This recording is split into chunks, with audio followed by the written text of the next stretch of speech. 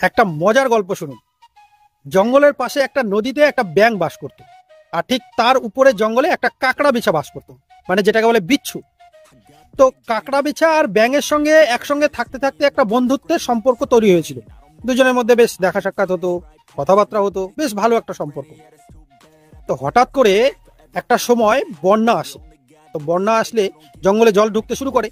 তখন কাঁকড়া বিছা কোনো উপায় না পেয়ে ব্যাঙকে বলে যে, বন্ধু, তুমি আমাকে ওই নদীটা একটু পার করে দাও, নাহলে তো আমি এখানে জলে ডুবে মারা যাবো।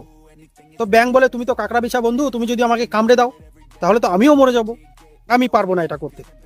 তখন কাঁকড়া বিছা অনেক কান্নাকাটি করে, অনেক রিকোয়েস্ট করে যে, বন্ধু, আমি তোমাকে কেন কামড়াবো, তুমি তো আমাকে বাঁচাচ্ছ, তুমি আমাকে হেল্প করছো, তুমি আমাকে নদীটা পার করে দাও, আমি তোমাকে কথা দিচ্ছি আমি তোমাকে কামড়াবো না। তো অনেক মায়া হয় ব্যাঙের। ব্যাঙ বলে, ঠিক আছে, তুমি আমাকে কামড়াবে না তো, তাহলে চলো আমি তোমাকে নদীটা পার করে দিই। সেই কথা মতন ব্যাঙ ওই কাঁকড়া বিছাকে তার পিঠে নিয়ে নদীটা পার করতে শুরু করে। তো নদীটা পার করতেই যখন পার দেখা যাচ্ছে, তখন কাঁকড়া বিছা করেছে কি, ব্যাঙের কাঁধে কামড়ে দিয়েছে। তো ব্যাঙ তখন বলছে, বন্ধু, তুমি তো কথা দিয়েছিলে তুমি আমাকে কামড়াবে না, এখন তো আমিও ডুবে যাব, তুমিও ডুবে যাবে, দুজনেই মারা পড়বো, তুমি কেন করলে এটা?